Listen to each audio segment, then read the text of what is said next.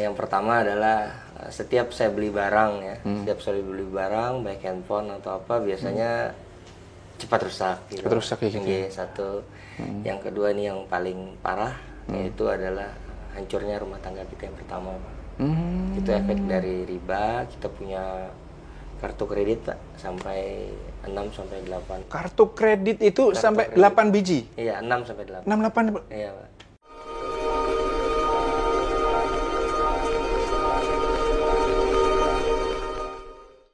Assalamualaikum warahmatullahi wabarakatuh. Alhamdulillah ketemu lagi kita di channel kesayangan kita, ini Super Movie, yang nggak pernah bosen-bosen untuk menebar partikel kebaikan ya. Nah, hari ini saya ada di tempat teman saya, sahabat ya kan. Nah, yang di belakang saya ini ada namanya Yuk Hijrah Store. Beliau menyediakan baju-baju busana muslim di sini. Nah, yang kita hari ini mau datangi beliau adalah kita ingin menguak, ngepoin gitu ya kan, cerita di balik Yuk Hijrah Store. Nah, insya Allah ada banyak cerita-cerita menarik, ilmu-ilmu yang bisa kita ambil untuk kita ambil pelajaran, menjadi pencerahan untuk kita semua. Yuk, langsung aja kita temui pemiliknya ya. Tonton terus ya, jangan di skip videonya. Yuk, ikuti.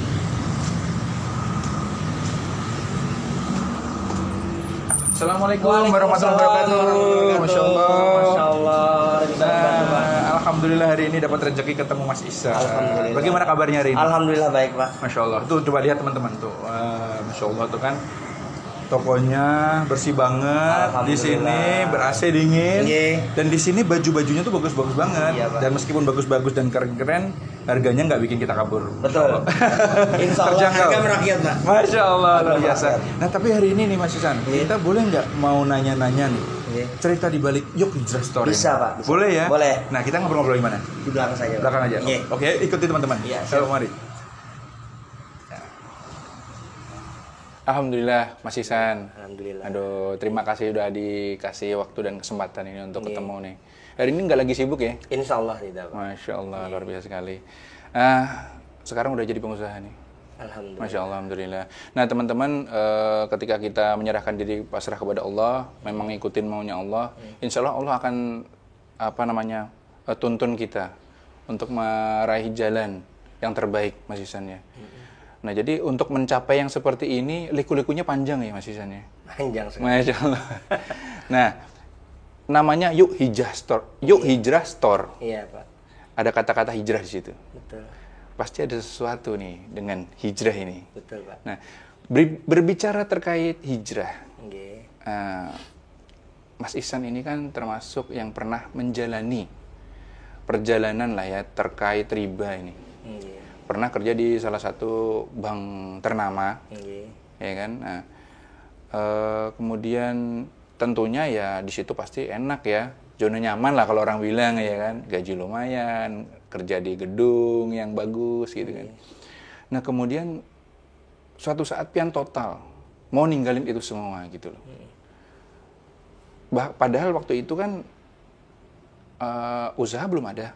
Belum ada. Modal juga nggak ada. Memang nggak ada. Pesangon juga nggak dikasih kan. Nah, kenapa ketika itu berani langsung, dah aku keluar deh untuk ninggalin ini semua gitu. Silahkan diceritakan mungkin perjalanannya. Oh iya, Pak. Iya. Oke, perkenalkan nama saya Muhammad Ihsan, sarjana teknik. Ya, jadi saya mulai di SD di Kindaung Muhammadiyah, kemudian SMP di Sanawiyah dan SMA 1 Negeri Banjarmasin. Ya, kemudian melanjutkan jenjang pendidikan sarjana di Fakultas Teknik Unlam Banjarmasin. Pekerjaan saya yang pertama itu adalah masuk ke dunia leasing, pembiayaan.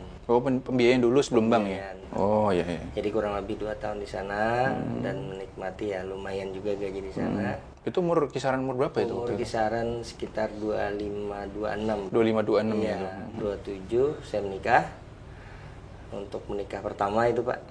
Jadi di leasing kemudian lalu masuk ke perbankan di umur 29. Kita mengalami apa ya, kayak kehidupan kebanyakan orang Pak. Iya, iya. Betul. Artinya pergi pagi pulang malam. Pulang malam, ya.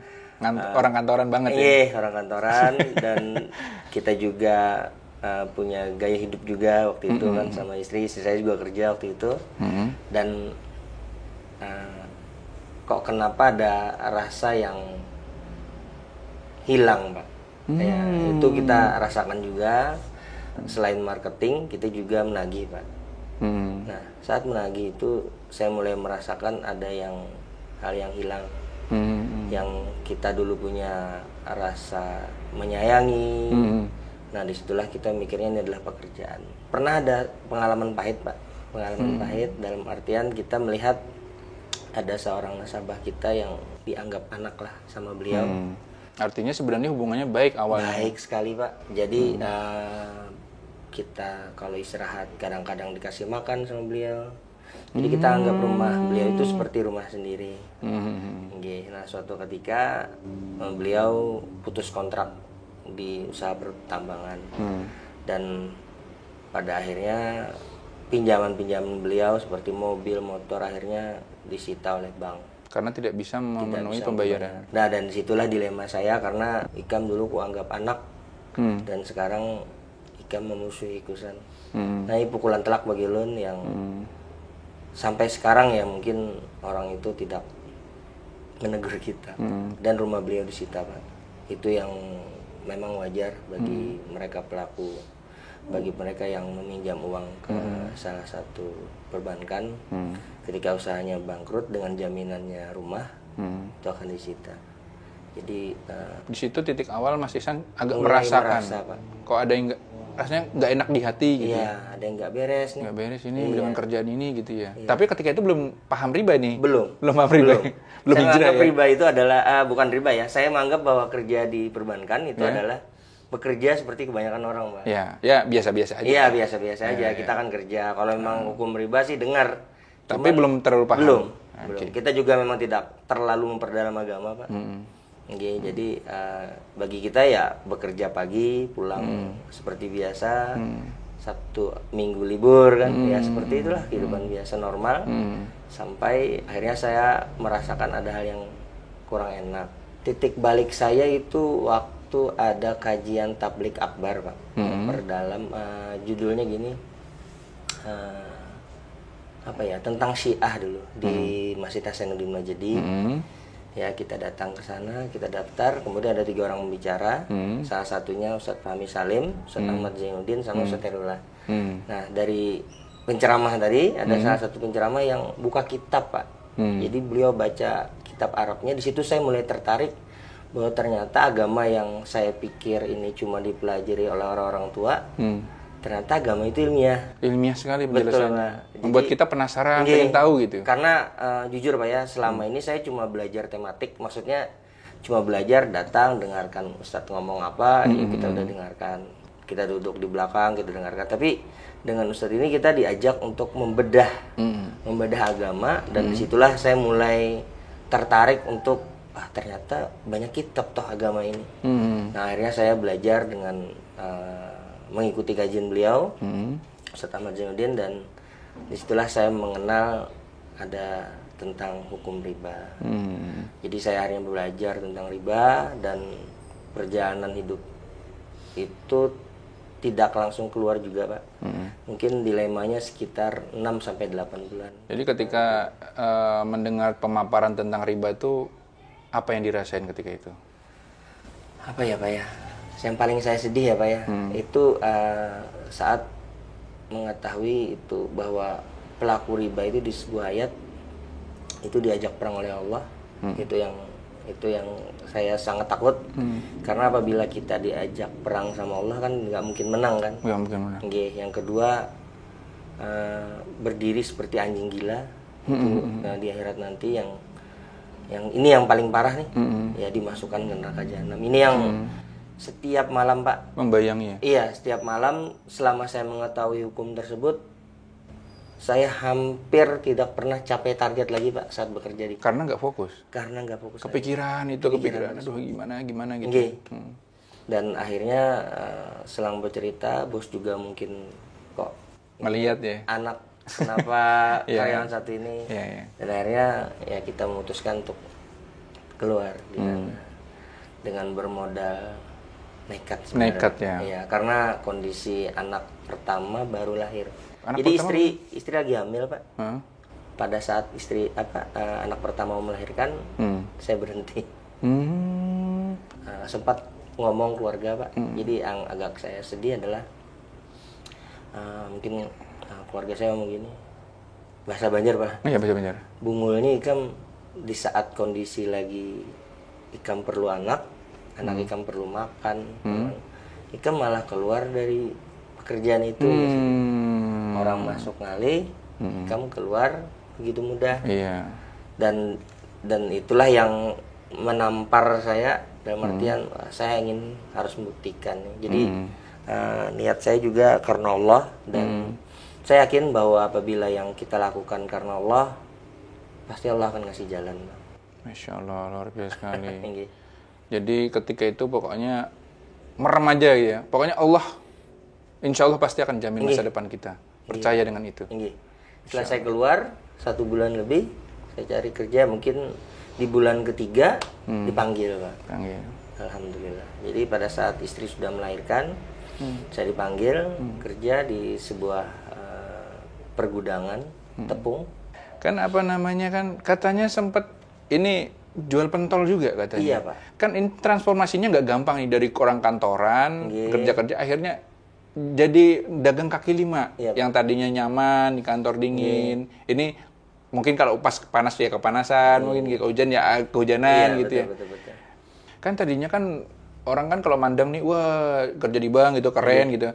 Ada nggak sih orang-orang yang kadang-kadang ya kok kamu sekarang jual pentol sih gitu? Ada nggak sih orang kayak gitu? Nah ini cerita menarik nih Pak. Iya. Jadi pernah dulu ada teman saya ya, teman akrab kita juga datang naik mobil ya. Dia naik mobil, kemudian saat naik mobil dia datang mandang saya Pak, sedang nyiapkan pentol nih. Sedang iya apa di? Anu kan makanan. Iya lagi bakar-bakar kan. Lagi bakar-bakar. Kemudian beliau cerita, menatap saya dan menangis.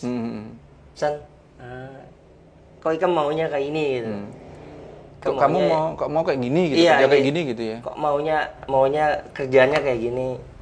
Lalu saat itu dia menangis dan saya malah tersenyum Pak. Kenapa? Saya bilang dulu selama 6 bulan saya mau keluar di bank, itu setiap malam saya menangis untuk mendapatkan pekerjaan yang halal. Sekarang walaupun orang menangis, saya bilang hati saya bahagia. Masya Allah. Mungkin meskipun orang kadang-kadang ada yang lihatnya sedih, ada mungkin memandang sebelah mata karena udah jual pentol doang nih gitu. Pak. Tapi pian dalam hati sangat bahagia. Iya Pak, karena saya dapat pekerjaan yang halal ya. Masya Allah, luar biasa. Jadi hati saya saat yang sebelumnya saya sakitnya luar biasa tiap malam saya ngomongin kok bisa nggak lepas dari ini, dan ternyata Allah kasih jawaban. Masya Allah, luar biasa sekali. Mungkin Mas Ihsan bisa bercerita, gitu kan, untuk sahabat-sahabat kita, teman-teman kita yang kita sayangi tentunya, yang mungkin mereka masih memandang, riba ini apa nggak masalah lah, biasa-biasa aja, fine-fine aja, hidupku juga enak-enak aja riba gitu. Nah mungkin bisa kasih mungkin sedikit gambaran pengalaman, mungkin selama Mas Ihsan berkecimpung di dunia riba ini, dalam kehidupan nih, efek-efek yang sebenarnya baru ketahuan setelah meninggalkan riba. Iya Pak. Itu bisa diceritakan banyak Pak. Ya. Jadi kalau saya ceritakan mungkin banyak Pak ya. Yang pertama adalah setiap saya beli barang ya, setiap saya beli barang baik handphone atau apa biasanya cepat rusak. Gitu. Cepat rusak ya gitu. Satu. Yang kedua ini yang paling parah yaitu adalah hancurnya rumah tangga kita yang pertama Pak. Itu efek dari riba. Kita punya kartu kredit Pak sampai 6 sampai 8. Kartu kredit itu sampai 8 biji? Iya, 6 sampai 8. 6 8. Iya, Pak. Wow. Dengan limit macam-macam, ada yang 20, ada yang 50. Jadi kita merasa bahwa ya dengan cuman kartu kan kita bisa beli banyak hal. Tapi kita lupa bahwa kita mesti ada tanggung jawab untuk membayarnya dengan nominal yang ya cicilan dibilang yang satunya ada yang 300.000, ada yang 500.000, tapi rutin kan Pak tiap bulan.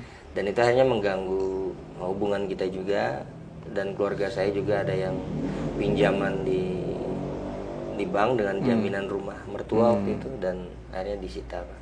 Nah disitulah titik saya merasa bahwa juga ya bahwa riba ini membawa pengaruh yang luar biasa yang buruk bagi kita sendiri, dengan sikap tamak kita juga Pak itu meningkat. Jadi pengaruh kartu kredit tadi, kalau yang mungkin yang merasa Pak ya itu punya kartu kredit 1 pasti pengen 2, atau paling tidak dia punya limit sekian mau ditingkatkan 2 kali lipat, bahkan mungkin platinum dan segala macam-macamnya. Itu yang membuat hati dan apa ya, iman itu tertutup oleh jaminan-jaminan seperti itu. Jadi kita sedikit demi sedikit nggak kerasa. Subhanallah. Dan semua itu mulai Mas Ihsan rasakan, mulai Mas Ihsan sesali kemudian setelah kemudian ngerti apa itu riba. Iya Pak. Jadi mulai memilah-milah, ya Allah, dulu ternyata ini mungkin penyebabnya riba ini. Riba, Pak. Tadi waktu saya masih pertama ya itu saya tidak merasa Pak. Jadi asik-asik aja gitu ya. Setelah keluar setelah putus pun kita masih kerja di perbankan kan. Nah setelah itu mulai merasa, setelah tahu hukum riba kita pelajari, dan disitulah hati saya mengatakan tidak ada pilihan lain sebelum Allah mencabut nyawa, kita harus keluar dari riba. Terkait riba ini, karena kan mesti segera ditinggalkan.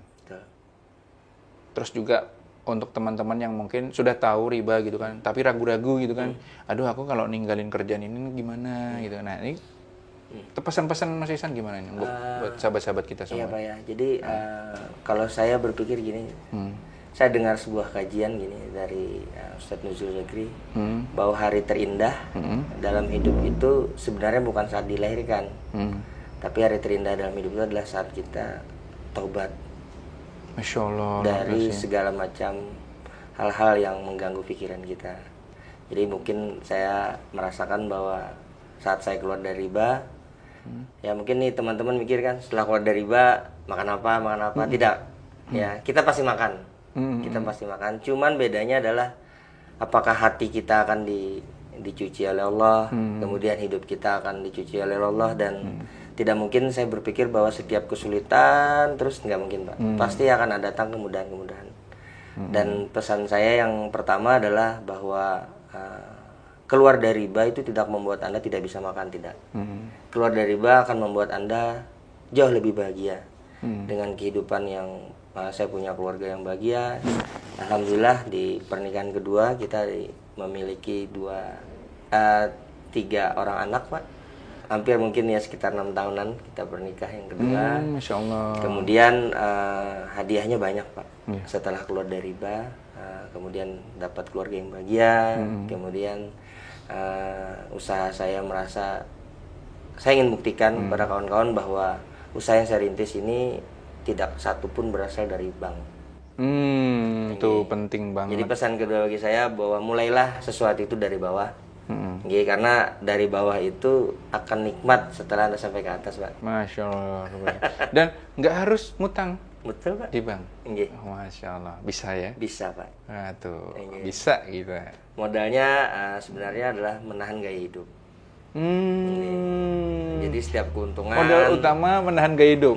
Setiap keuntungan yang ada saya larikan ke modal. Masya Allah. Setiap keuntungan ada saya larikan ke modal. Masya Allah. Lalu seperti itu Pak. Dan dari modal cuman 22 juta Pak. Masya Allah. Sekarang sudah berkembang sekali. Iya, dengan omset kurang lebih mungkin dengan total semua Pak ya. Value sekitar 400 jutaan. Wow, tanpa riba, tanpa ngutang di bank. Tanpa ngutang di bank. Ini teman-teman, ini tips yang luar biasa sekali. Yang pertama kita otomatis harus, yang jelas itu percaya dulu sama Allah gitu ya. Betul Pak. Pokoknya melangkah aja dulu gitu. Percaya melangkah. Kalau kita takut-takut mau melangkah, nggak takut-takut enggak gitu. Ya nggak bisa juga ya. Nggak bisa Pak. Ya, tapi begitu kita Mas Ihsan pokoknya percaya, berani melangkah, Nggih. kemudian Allah memberi kemudahan akhirnya. Betul. Masya Allah, luar biasa. Dan jangan dengarkan omongan orang, Pak. Pesan ketiga, Pak. Jangan lihat penilaian orang ya. Betul. Biar kita Iya. sederhana, baju ya seadanya Ada. gitu. Tapi hati tenang, Pak. Hati Nggih, tenang. Hati tenang Itu dan yang mahal. fokus, Pak. Masya Allah, luar Fokus biasa. pada apa yang kita inginkan. Masya Allah, luar biasa sekali ya Allah. Dan yang keempat nih, Pak, yang saya lupa ya. Yang keempat adalah kado yang terindah kemarin sebelum Covid ya, adalah saya umroh gratis. Umroh gratis. Umroh gratis, Pak. Masya Allah. Jadi ceritanya ibu saya kan mau berangkat nih, terus ngajak kita bertiga kan, kakak. Kemudian kakak saya yang pertama bilang saya lagi sibuk karena banyak pekerjaan. Kakak saya yang kedua bilang saya juga lagi sibuk. Jadi gini aja San, ikam tenaganya, kami uangnya. Masya Allah. Jadi akhirnya sebelum Covid itu bulan Januari 2020 Pak ya, awal ya. Ya, awal. Ya jadi Februari kan, nah itu kita berangkat. Masya Allah. Jadi Itu kado yang terindah yang saya Allah kayak sudah menyeting ya, Iya, sedemikian rupa. Inggih. Padahal kan itu sebentar lagi kan Covid tuh, Iya. benar-benar ditutup kan, Benar nggak bisa ditutup. berangkat. Setelah kita pulang ditutup itu Pak. Masya Allah. Jadi sampai sekarang saya merasakan bahwa saya melihat Ka'bah itu yang apa ya, Aduh, hati yang mana ya? Inggih. Yang Tidak bisa digambarkan enggak dengan bisa kata-kata. digambarkan, Pak. Bahkan hampir tiap malam saya keliling gitu kota Madinah, kota yang mungkin kota Nabi ya. Kota Nabi, Masya Iya, Allah. saya keliling malam-malam, bangun tengah malam lagi. Masya Allah. Tidak terasa itu semangat ibadah di sana apa ya, Pak ya. Di Beda sana ya? Beda, Pak. Eh, Nggih. Kita bisa napak tilas perjalanan Rasul di sana. Masya Allah. Aduh. Nggih. Jadi pengen ya. Dan mudah-mudahan teman-teman semua yang belum ke Amin, sana, Pak. kayak saya juga, mudah-mudahan amin, suatu saat Allah izinkan untuk ke Amin, sana. Pak. Amin, Masya amin. Allah, luar biasa sekali. Itu kado yang saya pikir dari Allah ya. Kita mungkin tidak punya pikiran juga Pak mau berangkat atau apa, karena saya pikir kan jalan hidup dulu lah. Ternyata Allah kasih hadiah luar biasa umroh. Nah, ini yang memberikan saya spirit bahwa hijrah itu sebenarnya menyenangkan. Nggih, hijrah itu sebenarnya lebih bahagia daripada kehidupan yang sebelumnya. Masya Allah, luar Cuman prosesnya ya kita hadapi lah sama-sama, insya Allah dengan fokus, tidak usah dengarkan omongan orang. Nggih. Kemudian Allah yang akan menunjukkan jalannya. Betul Pak. Masya Sambil Allah. belajar agama. Dan Allah yang akan meninggikan derajatnya. Amin, Masya insya Allah. Pasti luar itu Pak. sekali. Aduh, terima kasih Mas Ihsan sudah sharing-sharing Amin, ilmu Pak, yang ya luar Allah. biasa sekali. Tapi ini sebelum kita closing nih, Nggih. baju-baju yang di sini ini, Iya. nah sekalian teman-teman. Jadi kalau teman-teman perlu baju-baju Muslim, ya kan?